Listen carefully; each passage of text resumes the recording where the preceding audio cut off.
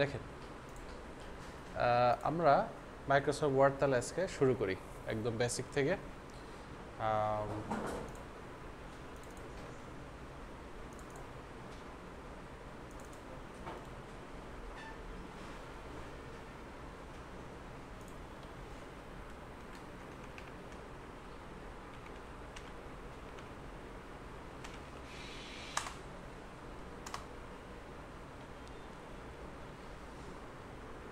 দেখেন মাইক্রোসফট ওয়ার্ডে আমরা একটু ঢুকছিলাম না প্রথম দিকে, ঢোকার পর আমরা এই যে এইগুলো সম্বন্ধে একটু আইডিয়া নিছিলাম যে এগুলো কি। প্রথম যে নীল যে বারটা সেটাকে আমরা কুইক অ্যাক্সেস টুলবার বলি। তারপরে এখানে যে হোম, ইনসার্ট, ড্র, ডিজাইন, এগুলো প্রত্যেকটা আলাদা আলাদা রিবন। এই প্রত্যেকটা রিবনের আন্ডারে আবার অনেকগুলো টুল বার আছে টুলসের মধ্যে, যেরকম ফন্ট একটা টুল, এর মধ্যে অনেকগুলো ছোট ছোট টুল বার আছে, প্যারাগ্রাফ একটা টুল। হ্যাঁ, এই জিনিসগুলো আমরা একটু আইডিয়া নিছিলাম। তো মাইক্রোসফট ওয়ার্ডে ঢুকে আপনি যাই করেন না কেন, সর্বপ্রথম কাজ হলো আপনার যে এই যে মাঝখানে যে পেজটা দেখতেছেন, আমি যদি এই যে এই জায়গায় ধরে মাইনাসে ক্লিক করতে থাকি তাহলে একটু জুম আউট হবে, আর প্লাসে ক্লিক করতে থাকলে জুম ইন হবে। ঠিক আছে, তো মাইনাসে ক্লিক করে জুম আউট করলাম একটু পুরো পেজটা যাতে আমাদের চোখে পড়ে। তো এইরকম পুরো পেজটা যখন আমার সামনে আসছে, আমার মূল প্রথম কাজটা হবে এই পেজটাকে ঠিক করা, এই পেজটার সাইজ আগে ঠিক করা, এই পেজটার মার্জিন আগে ঠিক করা। ঠিক আছে, এই কাজগুলো করার পরে আমরা আমাদের কাজগুলো, মূল কাজগুলো শুরু করব। ঠিক আছে, তো একটা পেজের সাইজ কিভাবে ঠিক করে, এটা যেতে হবে কোথায়? লেআউট। উপরে যে লেআউট অপশনটা দেখতেছেন, home, insert, draw, design, layout, এই লেআউটে যদি আমি ক্লিক করি তাহলে ঠিক নিচে এখানে পেজ সেটআপের একটা জিনিস আছে, এটা হলো সাইজ। ঠিক আছে, তো এখানে ক্লিক করলে আমি বিভিন্ন ধরনের সাইজ অলরেডি এখানে দেখতে পাচ্ছি। আমার এখন বর্তমানে লেটার সাইজ দেওয়া আছে, তাই না? এটা কি 21 সেন্টিমিটার। হ্যাঁ, অনেকের A4 আছে, A4ও এখানে নিচে গেলে আপনি A4 সাইজও দিতে পারবেন। দেখাইছিলাম। তারপরে যে ওরিয়েন্টেশন, এটা করলে ল্যান্ডস্কেপ হয়, এটা করলে পোর্ট্রেট হয়, দেখাইছিলাম। তারপরে মার্জিন এগুলো সব দেখাইছিলাম না? আচ্ছা, তো তারপরে কি আমি টাইপিংও দেখাইছিলাম মনে হয়, নাকি কিছু শর্টকাট দেখাইছিলাম কিভাবে সিলেক্ট করে, কিভাবে ইয়ে করে। আচ্ছা, তো এখানে ফন্ট দেখাইছিলাম, এই যে ফন্টগুলো যে ইউজ করে এগুলো মনে হয় শুরু করিনি। আচ্ছা, তো দেখেন যে কোনো ধরনের টাইপিং লিখলে, মনে করেন আমি এখানে, আপনারা চাইলে এই জায়গায় বিভিন্ন ধরনের কোড লিখে ইয়ে আনতে পারেন, লেখা আনতে। একটু এদিকে দেখেন, কথা না বলি, একটু এদিকে দেখেন, আগে দেখে নেন। ইকুয়াল টু দিয়ে আমরা একটা কোড লেখার মাধ্যমে কিছু লেখা আনতে পারি। ঠিক আছে, সেই কোডটা কি RAND, র্যান্ড, তারপরে ব্র্যাকেট শুরু, তারপরে এখানে আমরা দুইটা সংখ্যা দিব। প্রথম সংখ্যাটা হবে আমার কতগুলো প্যারাগ্রাফ হবে, মনে করেন আমি 3টা প্যারাগ্রাফ চাচ্ছি, তাহলে 3 দিলাম। কমা দিয়ে প্রত্যেকটা প্যারাগ্রাফে কয়টা করে লাইন হবে, প্রত্যেকটা প্যারাগ্রাফে 5টা করে লাইন হবে, এটাও দিলাম। দেওয়ার পর আমি ব্র্যাকেটটা ক্লোজ করে দিলাম। Equal to RAND first bracket 3,5, 3 এর জায়গায় আপনি 4 দিলে 4টা প্যারাগ্রাফ পাবেন, আর 5-এর জায়গায় আপনি 10 দিলে প্রত্যেকটা প্যারাগ্রাফে 10টা করে লাইন পাবেন। ঠিক আছে, তারপরে এখানে এই জায়গায় অবস্থা থাকা অবস্থায় আমি যদি ইন্টার প্রেস করি তাহলে দেখেন আমাকে 3টা প্যারাগ্রাফ দেওয়া হয়েছে, প্রত্যেকটা প্যারাগ্রাফে 5টা করে লাইন দেওয়া আছে। ঠিক আছে, তো এখন এই প্যারাগ্রাফগুলো এখানে আমরা মোটামুটি নেভিগেশন শিখছি, কিভাবে তাড়াতাড়ি যাইতে হয়, কন্ট্রোল চেপে তাড়াতাড়ি যাওয়া যায়, আবার ব্যাক স্পেস দিয়ে ডিলিট করা যায়, স্পেস বার দিয়ে মাঝখানে গ্যাপ দেওয়া যায়। তো এখানে দেখেন আমরা ফন্ট চেঞ্জ করতে পারি। ঠিক আছে, ফন্ট চেঞ্জ মানে হলো এই যে এই জায়গাটায় যেটা দেখতেছেন সেটা হলো ফন্টের অপশন, বিভিন্ন ধরনের ফন্টের অপশন আছে। সেটা করার জন্য ফার্স্টে আমাকে সিলেক্ট করতে হবে, মাউস দিয়ে এভাবে টেনে সিলেক্ট করতে পারেন, বা আমি গত ক্লাসে যেরকমভাবে দেখাইছি যে শিফট ধরে যে এইভাবে টেনে সিলেক্ট করে সেইভাবে সিলেক্ট করা। মিরাজুল একটু কথা কম বলি, এদিকে তাকান, দেখেন এই যে এখানে এই পুরোভাবে সিলেক্ট করার পর এইখানে আমরা বিভিন্ন ধরনের ফন্ট দিতে পারি। যেরকম এইখানে একটা ফন্ট দেওয়া আছে গ্রেট ভাইবস, এটা যদি দিই তাহলে দেখেন ফন্টটা সুন্দর করে ওই রকমভাবে চেঞ্জ হয়ে গেল। ঠিক আছে, তারপরে এখানে দেখেন কয়েনি একটা ইয়ে আছে, তারপরে এখানে আবার আরেকটা ফন্ট আছে, এরকম বিভিন্ন ফন্ট আছে। এর মধ্যে সবচেয়ে জেনারেল একটা ফন্ট যেটা সবচেয়ে বেশি ইউজ হয় সেটা হলো টাইমস নিউ রোমান, তারপর হলো ক্যালিব্রি অথবা ভার্ডেনা, ঠিক আছে। এখানে যদি আপনি ভির দিকে যান, এই যে এখানে যে ভার্ডেনা ফন্টও অনেক বেশি ইউজ হয়, ঠিক আছে। তো এই ধরনের ফন্ট, বিভিন্ন ধরনের ফন্ট আছে দেখেন, এখানে বিভিন্ন ধরনের ফন্ট আমরা ইউজ করতে পারি। সেই ফন্টগুলো এখানে যে আছে, এখানে আমার কাছে যেগুলো আছে সবগুলো হয়তো আপনাদের কাছে নাও থাকতে পারে, ঠিক আছে। অনেক ফন্ট হয়তো আপনাদের কাছে থাকবে না। এখান থেকে ফন্টগুলো আমরা ইন্টারনেট থেকে ডাউনলোড করতে পারি। কোথা থেকে? আমি যদি এখানে গুগলে যাই, গুগলে গেলে, গুগলে তো আসি, আমি এখানে লিখব DAFONT, ডাফন্ট, ঠিক আছে। ডাফন্টে আসলে এই যে ডাফন্ট একটা ওয়েবসাইট আছে, ওই ওয়েবসাইটে যদি যাই তাহলে আমরা বিভিন্ন ধরনের, নিচে আসলে বিভিন্ন ধরনের ফন্ট আমরা দেখতে পাচ্ছি, তাই না? এখানে দেখেন কত সুন্দর সুন্দর ফন্ট আছে। আপনি চাইলে এখানে আরও ক্লিক করে ডিফারেন্ট ফন্ট আনতে পারেন। যেরকম ধরেন আপনি চাচ্ছেন যে মনে করেন মেক্সিকান, এখানে মেক্সিকান ক্লিক করলাম, তাহলে একটু মেক্সিকানের মতো থিম নিয়ে মানে বিভিন্ন ধরনের ফন্ট আপনাকে এখানে দেখাবে, ঠিক আছে। অথবা যদি আপনি আরবিক চান তাহলে ইংলিশ লেখাই থাকবে কিন্তু আরবি টাইপ আর কি একটু দেখতে হবে। এরকমভাবে বিভিন্নভাবে ফন্ট আমি চেঞ্জ করতে পারি। যেরকম আমি যদি বলি যে সাইফাই মানে সায়েন্স ফিকশনের যেই ফন্টগুলো আছে সেগুলো যদি আমি ইউজ করতে চাই এরকম। তো ধরুন এর মধ্যে আমি এই যে গুড টাইমিং ফন্টের নাম কিন্তু এটা, ঠিক আছে। গুড টাইম, এই ফন্টটা আমি ইউজ করব, ডাউনলোড করব। তাহলে এই ফন্টটা ঠিক ডান পাশে এখানে ডাউনলোড আছে, এটা যদি আমি ক্লিক করি তাহলে একটা ফাইল ডাউনলোড হবে। এই যে এখানে goodtiming.zip, এটা আমি কোথায় পাবো? এইটা আমি এই যে এই জায়গায় ফাইল এক্সপ্লোরারে যদি ক্লিক করি তাহলে আমাকে এই জায়গায় নিয়ে আসবে, ঠিক আছে। এই জায়গাটার সাথে আপনারা পরিচিত, এই জায়গা দেখছেন। তো এখানে যদি আমি দিস পিসিতে যাই, দিস পিসিতে গেলে এখানে ডাউনলোডসে যদি যাই তাহলে দেখেন এই যে গুড টাইমিং একটা ফন্ট ডাউনলোড হয়েছে। এটাকে আমরা কিভাবে এক্সট্রাক্ট করব? এটার উপর যদি আমি মাউস দিয়ে রাইট ক্লিক করি, তারপরে এখানে এক্সট্রাক্ট টু গুড টাইমিং এটা প্রেস করলে একটা ফোল্ডারের মধ্যে এই ফন্টগুলো চলে আসবে। তো এই ফন্টের মধ্যে এই যে .otf এই ফাইলটা যেটা, ঠিক আছে, এই ফাইলের উপর রাইট ক্লিক করে এখানে দেখেন ইনস্টল আছে, এটা যদি করে দিই তাহলে দেখবেন ফন্টটা ইনস্টল হয়ে গেছে। এখন জাস্ট আমি মাইক্রোসফট ওয়ার্ডে যাব, এখন এটাকে সিলেক্ট করে এখানে আমি সার্চ করব। কোথায় সার্চ করব? এখানে ABCD এভাবে লেখা আছে, তাহলে ABCDEFG, জিতে থাকবে। দেখেন আমি যদি জি এর মধ্যে একটু খুঁজি, এই যে গুড টাইমিং এখানে চলে আসছে, ঠিক আছে। এটা প্রেস করলে এটা এখন ওই ফন্টের মতোই হয়ে গেছে, ঠিক আছে। এইভাবে করে আমরা ইংলিশ ফন্ট ডাউনলোড করি। আর এখানে কি আছে? এখানে আছে সাইজ, অর্থাৎ ফন্টের সাইজ এখানে 12 দেওয়া আছে। আপনি চাইলে আরও বড় করতে পারেন, বিশাল বড় করে ফন্ট লিখতে পারেন, অথবা অনেক ছোট করে ফেলতে পারেন 8, 9। নর্মালি জেনারেলি আমরা 11, 12তে ফন্টটা রাখি, ঠিক আছে। যে কোনো ফন্ট 11 বা 12তে রাখি, বিশেষ করে টাইমস নিউ রোমানটা 12তে রাখা হয়। তো এইভাবে করে আমরা ফন্টের সাইজ বাড়ানো কমাই।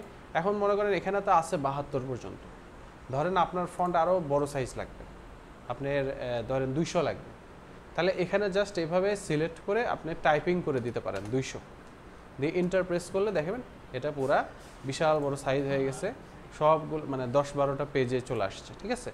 আবার এখানে সিলেক্ট করে আবার 10 করে দিলে তাহলে আবার আগের মতো ছোট হয়ে। এইভাবে করে ফন্ট ছোট বড় করে। এখানে একটা বাটন আছে, সেটা দিয়ে আপনি দুইটা করে স্কিপ করে ফন্ট ছোট বড় করতে পারেন। এই যে ইনক্রিজ ফন্ট সাইজ, এটা যদি আমি ক্লিক করতে থাকি তাহলে একটু করে বড় হবে। আর ডিক্রিজ ফন্ট সাইজ, এটা যদি একটু করে প্রেস করতে থাকি তাহলে ফন্ট সাইজ ছোট হবে, ঠিক আছে। আর পাশে এখানে যে একটা বাটন আছে চেঞ্জ কেস, সবগুলো একবারে দেখে নেন তারপরে প্র্যাকটিস করেন, ঠিক আছে। এই দেখেন এখানে চেঞ্জ কেস আছে, আমি আপনাদেরকে একটা কাজ দিব আর কি, ফার্স্টে দেখে নেন তারপরে কাজ দেওয়ার সময় কাজ করবেন। দেখেন এখানে সেন্টেন্স কেস আছে, বিভিন্ন ধরনের জিনিস আছে। এগুলো কি? এগুলো হলো যদি আপনি কোনো কিছু চেঞ্জ করতে চান, মনে করেন আপনি এই যে এই লেখাটা যেটা আছে, ঠিক আছে, এটাকে আমি নর্মাল লেখাই দিই, ক্যালিব্রিতে করি। তো মনে করেন এই লেখাটার সবগুলো লেটারকে আপনি বড় হাতের করবেন, তাহলে এই যে এই জায়গায় ক্লিক করে আপনি যদি এই যে আপার কেস করে দেন তাহলে দেখবেন সবগুলো লেটার বড় হাতের হয়ে গেছে। বা এখানে যদি লোয়ার কেস করে দেন তাহলে সবগুলোই ছোট হাতের হয়ে গেছে। আর এখানে যদি ক্যাপিটালাইজ ইচ ওয়ার্ড, এটা মানে কি? এটা মানে হলো প্রত্যেকটা ওয়ার্ডের প্রথম লেটারটা বড় হাতের হয়ে গেছে, ঠিক আছে। আবার এখানে ছিল সেন্টেন্স কেস, সেন্টেন্স কেস মানে হলো যেটা আমরা নর্মালি লিখি যে প্রত্যেকটা সেন্টেন্সের প্রথম লেটারটা বড় হাতের হয়, এই সেন্টেন্সটা শেষ করে ফুল স্টপ দিলে পরের সেন্টেন্সটা আবার বড় হাতের। এরকম করে আমরা মূলত সেন্টেন্স কেসের কাজটা করে থাকি, ঠিক আছে। তারপরে এখানে দেখেন বোল্ড আছে, বি লেখা আছে। মনে করেন কোনো একটা ওয়ার্ড, মনে করেন এই ওয়ার্ডটা আপনি সিলেক্ট করলেন, সিলেক্ট করে এটাকে বোল্ড করে দিলেন, তাহলে ওটা একটু হাইলাইট হয়ে থাকবে। বা কোনো একটা সেন্টেন্সকে যদি ইটালিক করতে চান, ইটালিক মানে হলো যে একটু ব্যাকা ব্যাকা করা। এটা কেন করে? এটা অনেক সময় আমরা কোনো কমেন্ট বোঝানোর জন্য, মনে করেন একটা কমেন্ট দেওয়া হয়েছে, হ্যাঁ, বা একটা কোট, একটা মনীষী কিছু একটা বলছে, তো ওই মনীষীর কথাটা এভাবে হাইলাইট করার জন্য এইভাবে লিখি। আর আন্ডারলাইন তো আন্ডারলাইনই, আন্ডারলাইন সম্বন্ধে আপনারা তো জানেন, আলাদা করে বলতে হবে না যে একটা লাইনকে যদি আপনি আন্ডারলাইন করে দিতে চান তাহলে এই যে আন্ডারলাইন হবে। আন্ডারলাইনের যে এই জায়গায় ক্লিক করলে আপনি আন্ডারলাইন, বিভিন্ন ধরনের আন্ডারলাইন, ডবল আন্ডারলাইন আছে, আবার আন্ডারলাইন কালারও দেওয়া যায়, অনেক কিছু ওয়ে আছে আন্ডারলাইন দেওয়ার, ঠিক আছে এগুলো। তারপরে এগুলো খুব একটা দরকার পড়ে না, এখানে সুপারস্ক্রিপ্ট আর সাবস্ক্রিপ্ট আছে। এগুলো মনে করেন যদি এরকমভাবে লিখতে চান, হ্যাঁ, ধরেন আপনি এখানে লিখলেন যে বাংলাদেশ টিম, টিম মাঝে মধ্যে টিএম ছোট করে এইভাবে লেখে, তো এইটাকে ধরেন আপনি যদি এভাবে সুপারস্ক্রিপ্ট করে দিতে চান তাহলে লেখাটা ঠিক উপরে এভাবে ছোট্ট করে লেখা থাকবে, আর যদি আপনি নিচে করে দিতে চান তাহলে ছোট্ট করে লেখা নিচে থাকবে। এটাকে বলা হয় সুপারস্ক্রিপ্ট বা সাবস্ক্রিপ্ট, ঠিক আছে। আবার এখানে ক্লিক করলে এটা অফ হয়ে যাবে, এটা নর্মাল লেখার মতো হয়ে যাবে, ঠিক আছে। তারপরে এখানে দেখেন এখানে যে জিনিসটা আছে এই জিনিসটা নিয়ে আমরা একটু পরে কথা বলবো, এটা হলো একটু অ্যাডভান্স টেক্সট ইফেক্ট।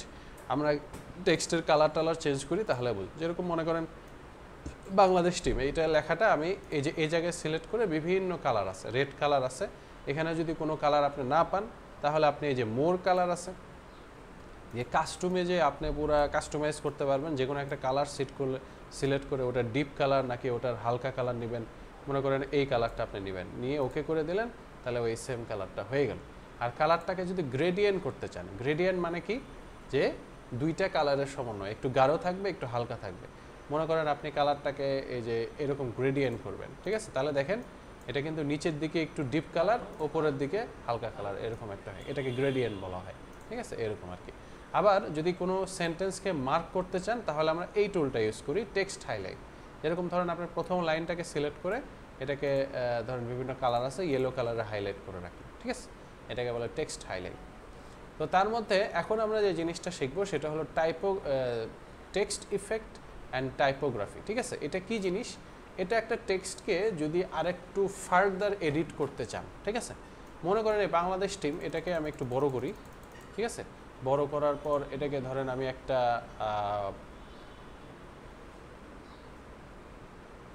নতুন একটা ফন্ট দিলাম, আর এই ধরনের এরকম রেডি করলাম, ঠিক আছে। এখন এটাকে যদি আপনি এক্সট্রা কোনো ইফেক্ট বা আরও অনেক কিছু দেওয়া যায় সেগুলো দিতে চান, তাহলে আপনি কি করবেন, এই টেক্সট ইফেক্টে ক্লিক করে আপনি দেখেন এখানে আউটলাইন আছে, বাট এখান থেকে আমরা এগুলো দিব না, শ্যাডো দেওয়া যায়, রিফ্লেকশন আছে, গ্লো আছে, অনেক কিছু আছে, এখান থেকে কিন্তু আমরা দিব না। আমরা কোথা থেকে দিব? আমরা এই শ্যাডোতে যে সবার নিচে এখানে একটা বাটন আছে শ্যাডো অপশন, এই অপশনে ক্লিক করলে ডান সাইডে এরকমভাবে একটা প্যানেল আসবে, এখান থেকে আমরা এডিটিং করব, ঠিক আছে। এখানে দেখেন প্রথম যেই দুইটা ট্যাব আছে, প্রথম ট্যাবটা হলো জাস্ট টেক্সটের কালার, আর দ্বিতীয় ট্যাবটা হলো টেক্সটের আউটলাইন, দ্বিতীয় ট্যাব না, দ্বিতীয় যে অপশনটা। তো টেক্সট ফিল মানে কি? টেক্সট ফিল মানে টেক্সটটাকে কালার করা। তো এখানে সলিড ফিল আছে যে কোনো একটা সিঙ্গেল কালার, আর গ্রেডিয়েন্ট ফিল সেটা তো দেখলেনি, এখান থেকেও আমরা গ্রেডিয়েন্ট ফিল করতে পারি। বাট গ্রেডিয়েন্ট ফিল আমরা কি করছিলাম, একটা কালার চুজ করছিলাম, দিয়ে ওটাকে গ্রেডিয়েন্ট করে দিছি, ফলে ওটারই গাঢ় আর হালকা হয়েছে।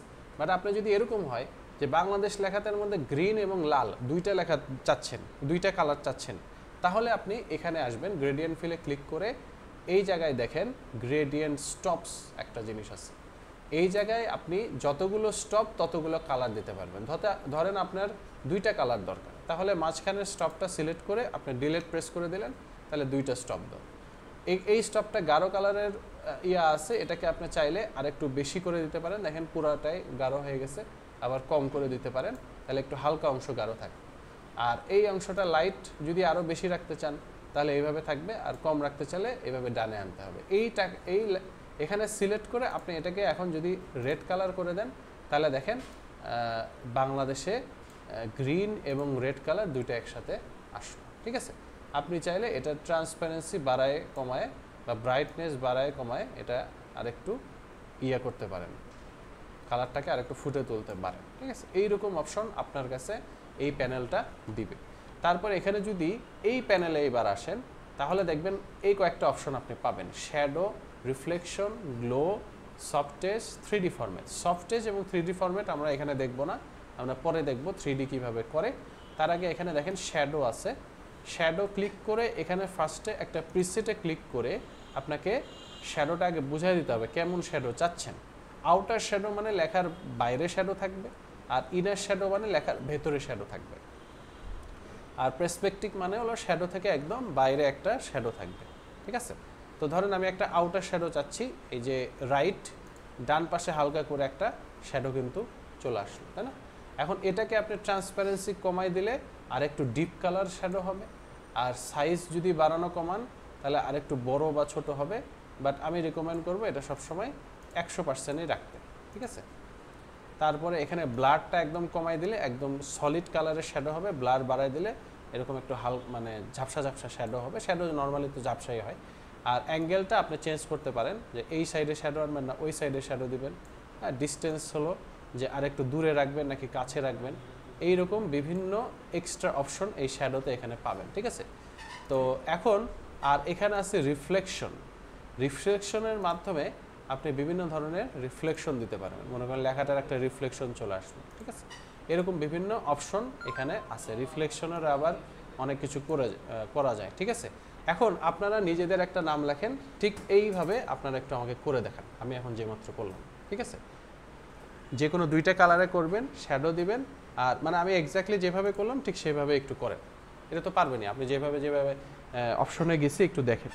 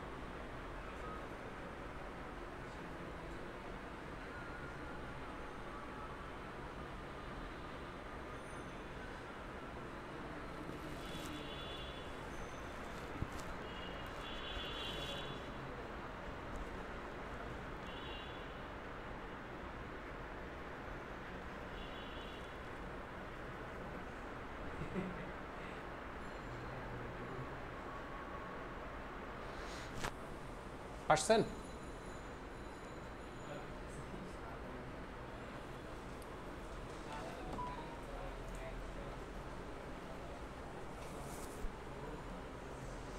আচ্ছা দেখেন, এইটা হলো ফন্টের সব কিছু এডিটিং সিস্টেম, ঠিক আছে? ফন্টের আমরা এটার ভেতরে এডিটিং করব, আর বেশি এডিটিং করার জন্য এই যে এখানে ক্লিক করে শ্যাডোতে যে শ্যাডো অপশনে যে এই যে ডান পাশে এগুলো এডিটিং করলাম।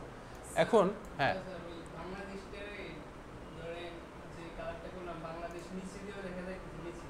হ্যাঁ ওটা হলো রিফ্লেকশন। ডান পাশে আনছেন এই জিনিসটা? কই আমি তো দেখি না। তারপরে রিফ্লেকশনে যান, প্রিসেটে যান, প্রিসেট।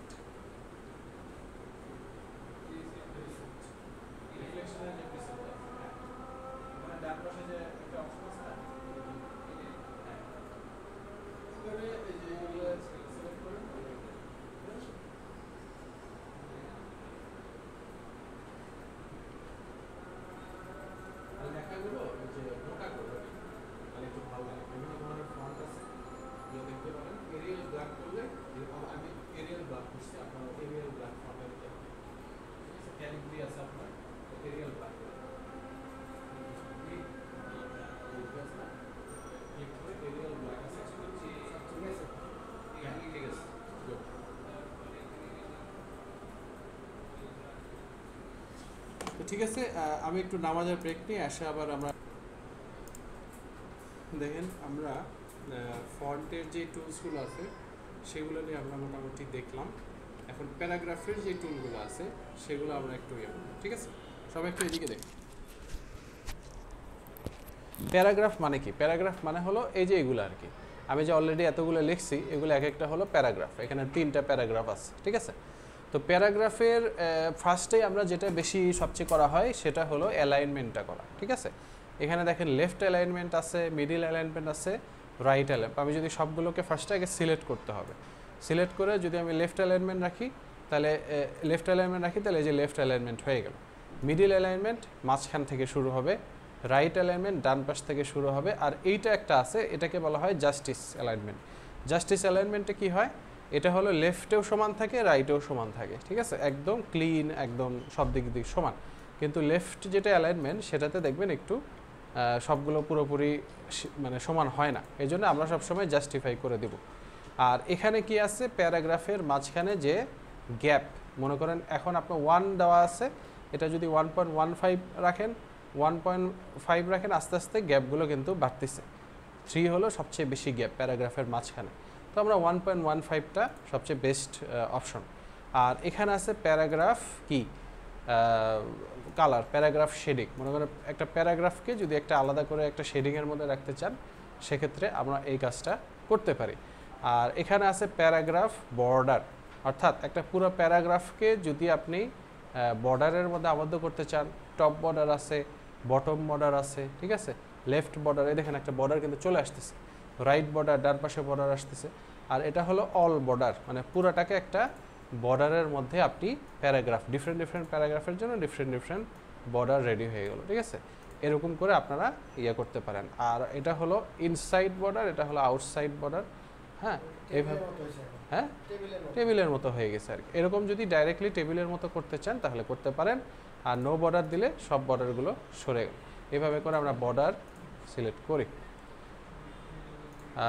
তারপরে এখানে দেখেন বুলেট পয়েন্ট আছে। বুলেট পয়েন্ট কী জিনিস? ধরেন আপনি কোনো সময় কিছু লিখছেন, যে এরকম করে পয়েন্ট আকারে কিছু লিখতেছেন।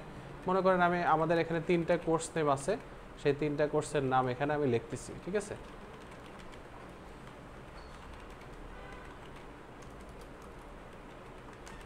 ঠিক আছে, এরকম আর কি।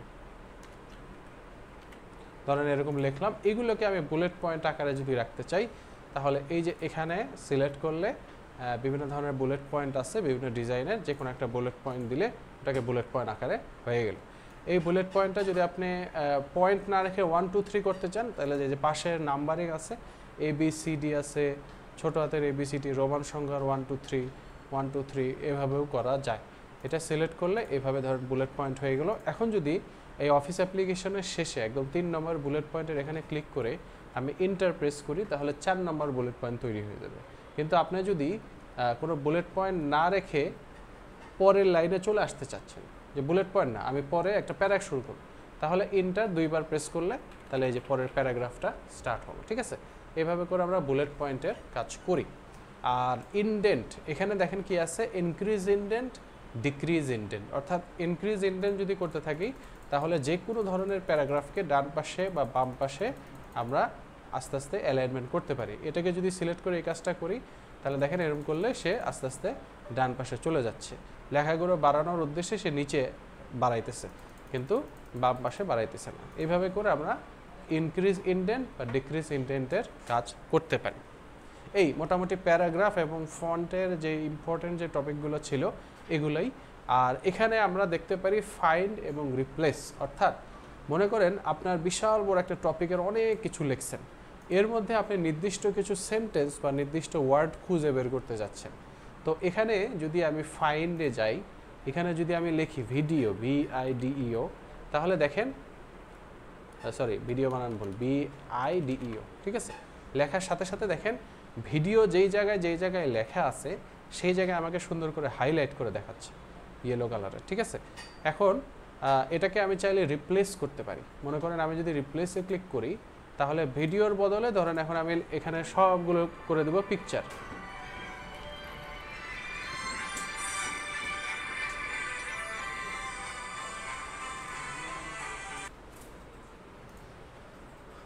ধরেন এই যে ভিডিও লেখাটাকে আমি এখন পিকচার দ্বারা রিপ্লেস করতে চাই। এটা লিখলাম, লেখার পর এখানে রিপ্লেস অল যে বাটনটা আছে সেটা যদি প্রেস করে দিই তাহলে দেখেন বলতেছে কি all done, we made 4 replacement. অর্থাৎ ভিডিও যেই 4 জায়গায় ছিল সেই 4 জায়গায় এখন আর ভিডিও নাই। কি লেখা আছে? পিকচার লেখা আছে।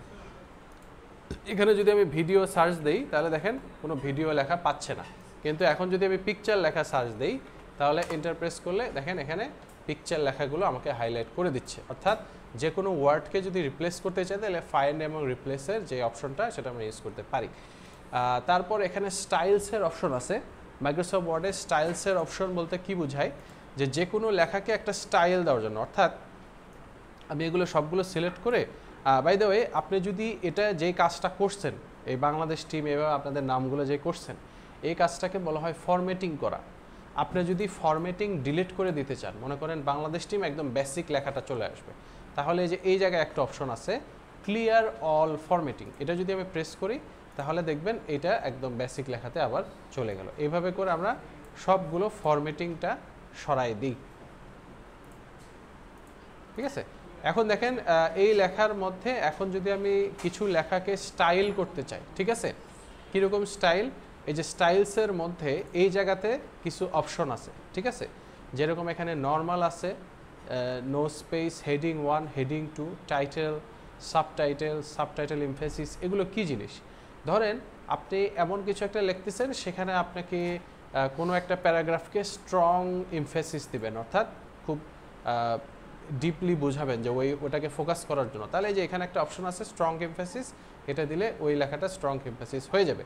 আর যদি কোনো লেখাকে কোট এর মধ্যে আবদ্ধ করতে চান, দেখেন এই যে জায়গায় কোট আছে, এটা দিলে লেখাটা মনে হবে যে কেউ একজন কোট করছে, বা এটাকে বলা হয় ইন্টেন্স কোট।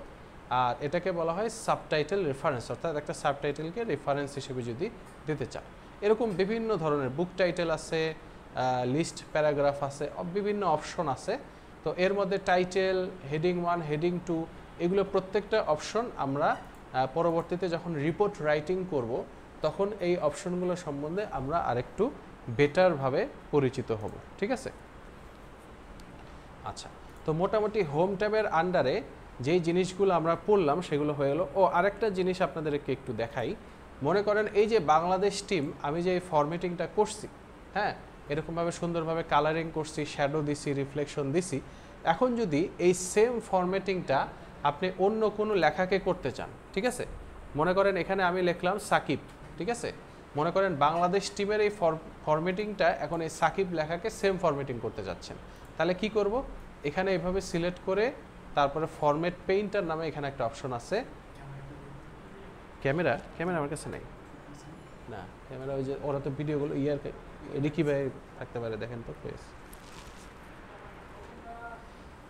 তো এখানে বাংলাদেশ টিমের এটা সিলেক্ট করে আমি ফরম্যাট পেইন্টারে যদি সিলেক্ট করে এই সাকিবটাকে এভাবে সিলেক্ট করি, তাহলে কি হয়ে গেল দেখেন, এই ফরম্যাটিংটা এখানে অটোমেটিক চলে আসলো।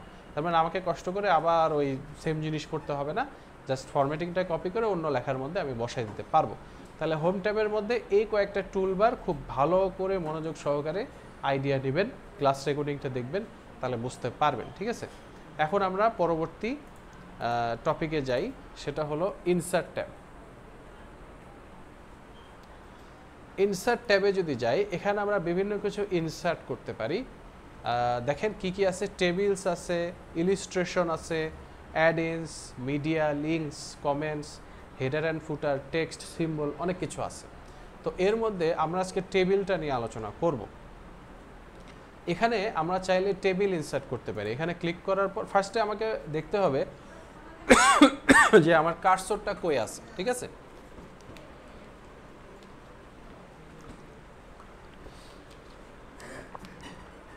কার্সর বলতে কি বোঝায়, এই যে জিনিসটা এখানে বারবার আসতেছে যাচ্ছে, ব্লিঙ্ক করতেছে, এটা যেখানে আছে সেখান থেকে টেবিলটা স্টার্ট হয়ে যাবে।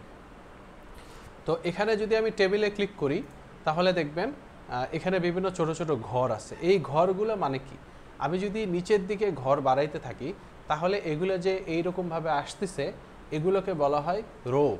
আর যদি আমি ডান পাশে বাড়াইতে থাকি, তাহলে এগুলো মাঝখানে যে ভাগ হয়ে যাচ্ছে, এগুলোকে বলা হয় কলাম। ঠিক আছে, তো মনে করেন আমি এখানে 5-6টা রো 3টা কলাম চাচ্ছি, এরকমভাবে সিলেক্ট করে আমি যদি লেফট ক্লিকে ক্লিক করি, তাহলে এই টেবিলটা এখানে ইনসার্ট হয়ে গেল। এখন টেবিলটা ইনসার্ট হওয়ার পর আমরা টেবিলটাকে যদি বড় ছোট করতে চাই বিভিন্ন ঘরকে, তাহলে যে এই জায়গায় কিছু মাউস দিয়ে গেলে যে এরকম একটা মাউস চিহ্ন আসে, তখন এটাকে টেনে ধরে আমরা এইভাবে বড় ছোট করতে পারি। আবার চাইলে এই যে কলামগুলোকেও টেনে এভাবে বড় ছোট করা যায়। আর যদি পুরো টেবিলটাকেই টেনে ডান পাশে আরও নিয়ে যেতে চান, সেই কাজটাও এখানে করবেন। খালি খেয়াল রাখবেন যে মাউসটা যাতে এরকম আসে, তখন আপনি ক্লিক করে এই কাজটা করতে পারবেন, না হলে কিন্তু অন্য হয়ে যাবে। এখন মনে করেন আপনি এই কয়টা রো নিচ্ছেন, আপনার এখন হঠাৎ করে রো বাড়ানোর দরকার পড়ছে, তাহলে এই যে এখানে নিচে আসলে দেখবেন প্লাস চিহ্নর মতো আসে, এখানে যদি আমি ক্লিক করি, তাহলে আরেকটা রো সেম কলামে বেড়ে যাবে। ঠিক আছে, আর যদি কলাম বাড়াতে চান, তাহলে যে কলামের এখানে প্লাস চিহ্ন আছে, এখানে ক্লিক করলে একটা এক্সট্রা কলাম বেড়ে যাবে। ঠিক আছে, এইভাবে করে কলাম এবং রো সংখ্যা আমরা যা নিছি তার থেকে পরবর্তীতে আরেকটু বাড়াইতে পারবো।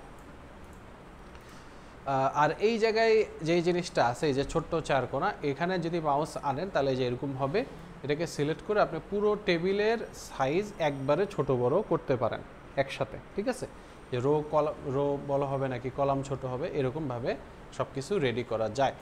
আর এখানে যদি পুরো টেবিলটাকেই ডিলিট করে দিতে চান, তাহলে এই যে বাম কোণায় এখানে একটা প্লাস চিহ্নের মতো আছে, সেটার উপর যদি আমি রাইট ক্লিক করি, তাহলে এখানে ডিলিট টেবিল অপশন আছে, এটা ক্লিক করলে পুরো টেবিলটাই ডিলিট হয়ে যাবে। ঠিক আছে, এখন আমরা একটু টেবিলটার ভেতরে আপনারা চাইলে টাইপিংও করতে পারেন। মনে করেন এখানে আমি নেম লিখলাম, তারপরে এখানে সিলেক্ট করে আমি ফোন লিখলাম। আপনি চাইলে এই যে right arrow, up arrow, down arrow, left arrow, যে অ্যারোগুলো আছে কিবোর্ডের, সেটা প্রেস করেও এভাবে নেভিগেশন করতে পারেন, যে কোন ঘরে আপনি থাকতে চাচ্ছেন। এরকম করে ধরেন আপনি ইমেইল, এরকম করে আপনি ধরেন একটা ডাটা এন্ট্রি করবেন, যে মানুষের নাম এখানে নিচে নিচে থাকবে, এখানে তাদের ফোন নম্বর থাকবে, এখানে তাদের ইমেইল থাকবে, এইভাবে একটা ডাটা ধরেন এন্ট্রি করবেন। এইভাবে আপনি একটা হেডিং দিয়ে রাখলেন, নিচে নিচে ধরেন আপনি এন্ট্রি করে গেলেন। এখন মূলত এই জিনিসটার পরে এখন আমরা যখন উপরের দিকে তাকাই, তখন এখানে দেখেন অন্যান্য রিবনের সাথে এক্সট্রা 2টা রিবন অ্যাড হয়েছে। সেটা কি, টেবিল ডিজাইন এবং লেআউট। আপনি যদি টেবিলের বাইরে একবার ক্লিক করেন, তাহলে কিন্তু এই দুটো আর থাকতেছে না, কিন্তু টেবিলের ভেতরে ক্লিক করলে একমাত্র টেবিল ডিজাইন এবং লেআউট অপশনটা আসতেছে। তো এগুলো কি, এগুলো হলো টেবিল ডিজাইন করা। প্রথমে যে টেবিল ডিজাইনে যাই, এখানে টেবিলটাকে যদি এরকম বেসিক একটা নর্মাল টেবিল রাখতে চান, না রাখতে চান, এটাকে কালারিং করতে চান, তাহলে এই যে এই জায়গায় টেবিলের বিভিন্ন স্টাইল অলরেডি দেওয়া আছে। হ্যাঁ, আপনি বিভিন্ন কালারিং করতে পারবেন, টেবিলটাকে বিভিন্ন করতে পারবেন, যে লিস্ট টেবিল হবে নাকি গ্রিড টেবিল হবে, এরকম বিভিন্ন অপশন এখানে আপনারা পাবেন।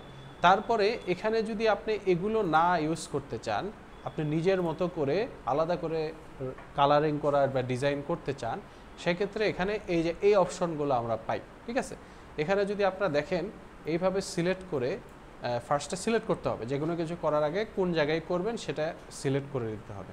তারপর এখানে দেখেন শেডিং আছে, আপনি চাইলে নিচ থেকে শেডিংগুলো এভাবে চেঞ্জ করতে পারেন, ঠিক আছে।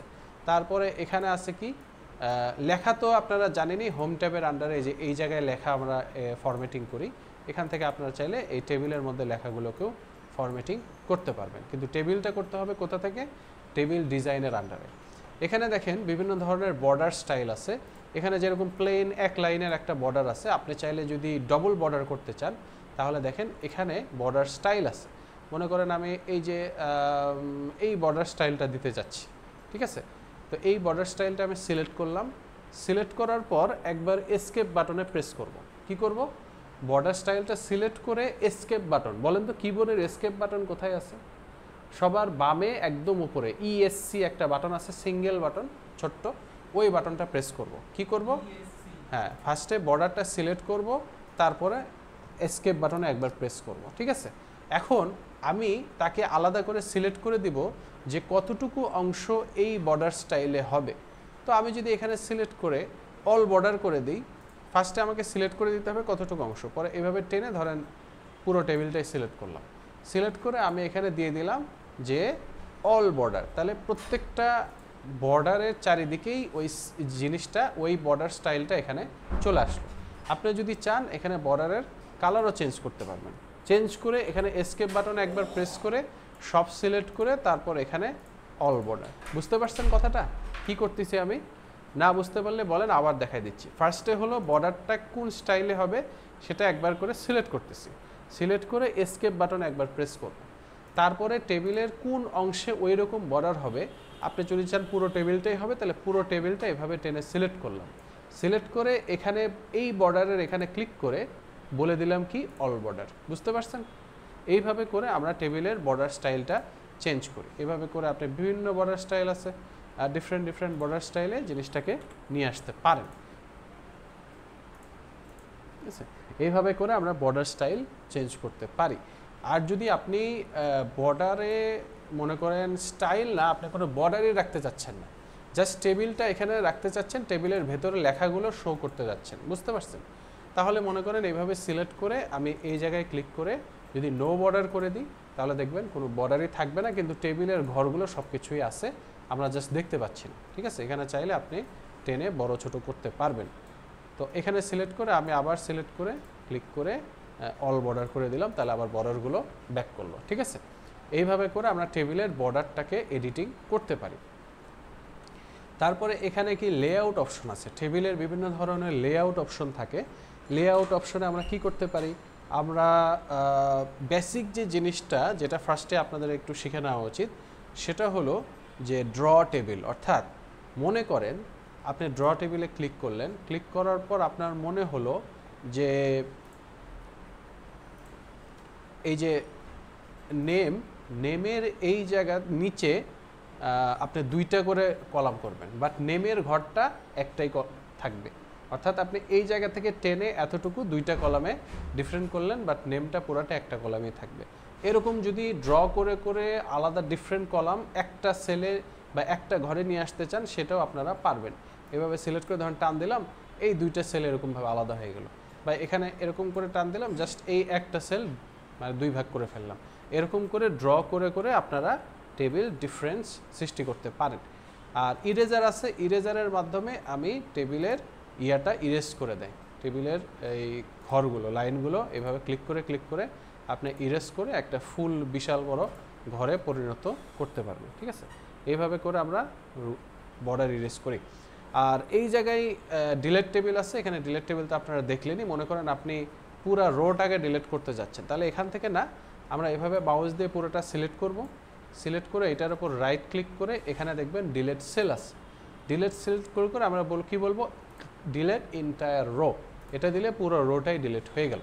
আর কলাম যদি ডিলিট করতে চাই, মনে করেন এখানে সিলেক্ট করে আপনি এখানে একটা এক্সট্রা কলাম আনলেন, ঠিক আছে।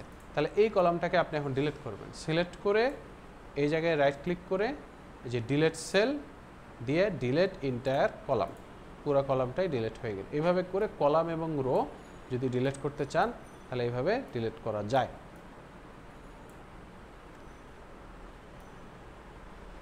আচ্ছা, তো দেখেন এখন এখানে কি আছে, ডিস্ট্রিবিউট রো এবং ডিস্ট্রিবিউট কলাম। এটা মানে হলো আমি যদি ডিস্ট্রিবিউট রোতে ক্লিক করি তাহলে প্রত্যেকটা রো সেম সাইজ হয়ে যাবে, আর ডিস্ট্রিবিউট কলামে যদি ক্লিক করি প্রত্যেকটা কলাম সেম সাইজ হয়ে গেছে। ঠিক আছে, এইভাবে করে খুব কুইকলি যদি ডিস্ট্রিবিউট করতে চান তাহলে সেক্ষেত্রে করতে পারেন। আবার এখানে ধরেন যদি আমি এমন কাজ করি যে ধরেন টেবিলটা এভাবে ডান পাশে বেশি চলে গেছে, এখন আমি ওইটাকে এভাবে নিয়ে আসতে পারতেছি না, কারণ দেখেন এখানে মাউস দিয়ে গেলে এরকম আপনি খুঁজতে সমস্যা হয়। তখন আমি কি করতে পারি, এখানে দেখেন একটা অপশন আছে অটো ফিট। তো অটো ফিট উইন্ডোজ যদি দেই তাহলে সেটাকে আবার সে ভেতরে নিয়ে আসবে। আপনার যতগুলোই কলাম করেন না কেন অটোমেটিক্যালি সে জিনিস ইয়ার ভেতরে নিয়ে আসবে। Auto fit windows, auto fit, এরকম বিভিন্ন অপশন আছে। অটো ফিট কন্টেন্ট মানে কি, অটো ফিট কন্টেন্ট মানে হলো যে নাম যতটুকু লেখা আছে ততটুকু সাইজের কলাম হয়ে গেছে। ঠিক আছে, তো এইভাবে করে আমরা অটো ফিট করতে পারি। আর এখানে বাড়ানো কমানো তো এই যে এখানেও আছে, আপনি চাইলে যে এখানে প্লাস চিহ্ন দিয়ে দিয়ে কলাম বা ইয়া বাড়াইতে পারেন। আর লেখাটাকে যদি আপনি সেন্টার বা ডান পাশে বা বাম পাশে কোথায় রাখবেন সেটা এরকম করতে চান তাহলে সেক্ষেত্রে এই যে এখানে অপশনগুলো আছে। কিভাবে, এটা এই যে বাম পাশে লেফটে আছে, এটাকে চাইলে আপনার মাঝখানে, ডানে, এই যে কোন জায়গায় রাখতে চাচ্ছেন ওই ঘরটার সেটা এভাবে এখানে ডিটারমাইন করে ফেলতে পারেন। ঠিক আছে, আচ্ছা এবার ইম্পর্টেন্ট একটা জিনিস দেখেন, আমি পুরো টেবিলটাকে সিলেক্ট করে ডিলিট করে দিই। টেবিলের সবচেয়ে ইম্পর্টেন্ট যে ব্যাপারটা সেটা হলো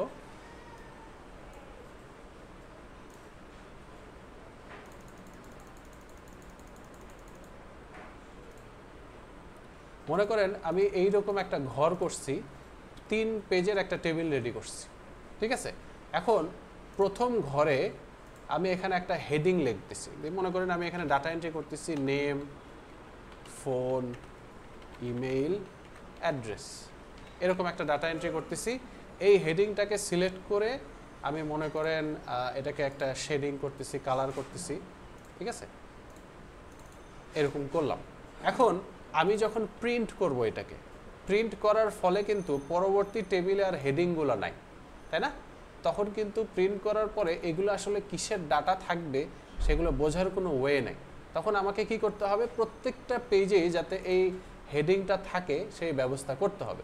নর্মালি যখন টেবিল দেখবেন আপনারা এই 2-3 পেজ না, 10 পেজ 15 পেজ পর্যন্ত টেবিল থাকে, তখন এই যে প্রত্যেকবার এইভাবে কপি করে আনাটা ঝামেলা। এইভাবে সিলেক্ট করে আপনি চাইলে এইভাবে ইয়া করে আপনি এটাকে রাইট ক্লিক করে কপি করে ওই জায়গায় বারবার পেস্ট করতে পারেন না। সেটা না করে টেবিলের একটা অপশনই আছে, দেখেন এইভাবে সিলেক্ট করে লেআউট অপশনে যদি এখানে একটা অপশন আছে রিপিট হেডার রো, এটা যদি দিয়ে দিই তাহলে অটোমেটিক্যালি দেখেন প্রত্যেকটা পেজে অটোমেটিকই হেডার রোটা রিপিট হয়ে যাবে। ঠিক আছে, এইভাবে করে আমি হেডার রোটা রিপিট করতে পারি। ঠিক আছে,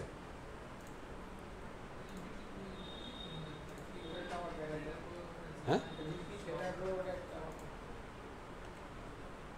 ফার্স্টে টেবিলটা এরকম অনেকগুলো পেজে আনবে। ঠিক আছে, এখন একটা পেজে অ্যাটলিস্ট হেডারটা লিখবেন, পরে এটাকে এভাবে টেনে সিলেক্ট করবেন, সিলেক্ট করে এই যে লেআউটের আন্ডারে রিপিট হেডার এটা প্রেস করলেই হয়ে যাবে। ঠিক আছে, আচ্ছা এখন দেখেন টেবিল দ্বারা আমরা বাস্তব জীবনে কি কি রেডি করতে পারি। টেবিল দ্বারা আমরা ইনভয়েস রেডি করতে পারি। ইনভয়েস দেখছেন কখনো? সিরিয়াল নাম্বার, এই যে বিভিন্ন কিছু থাকে। ঠিক আছে, যেরকম ধরেন আমি আপনাদেরকে একটা টেবিল ইনভয়েস দেখাই।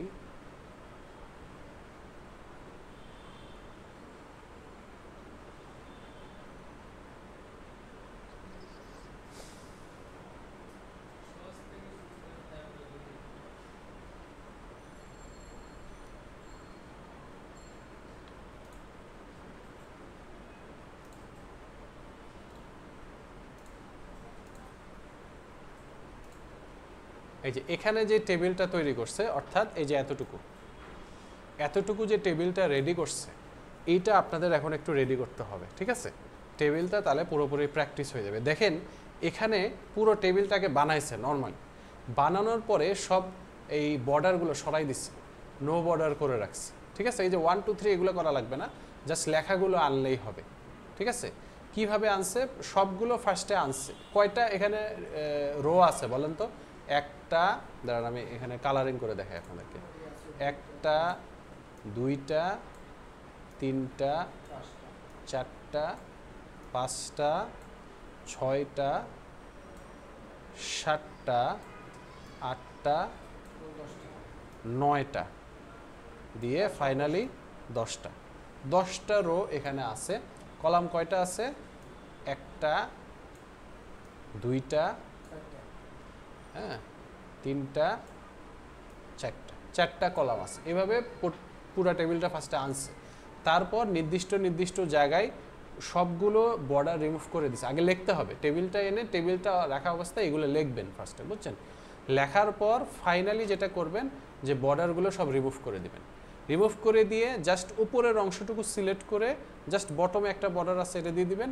আবার এই লাস্টের এই কলামটা সিলেক্ট করে বটমে একটা বর্ডার আছে এটা করে দিবেন। ঠিক আছে?